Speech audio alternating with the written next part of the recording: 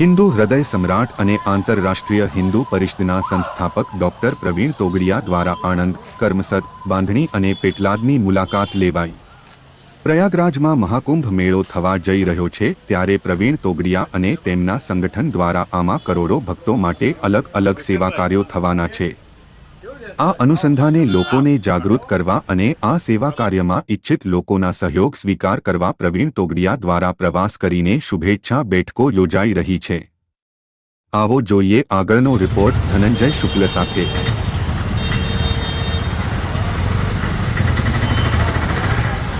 જય શ્રી રામ, જય જય શ્રી રામ। કે ધર્મની લડાઈ લડવા માટે આપણો દેશ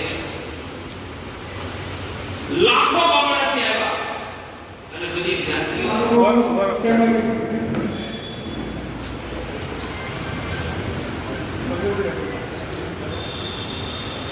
રક્ષા માટેની ત્રણ યોજનાઓ, અંગ્રેજી શબ્દ છે એક્શન પ્લાન, બીજો શબ્દ છે વોર સ્ટ્રેટેજી, તે પહેલા મેં लगाई थी, सफल थे।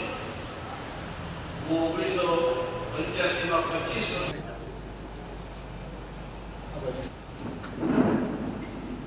હેલો, હા દિલીપભાઈ, આને કોન્ટ્રાક્ટનું મોટું કામ છે।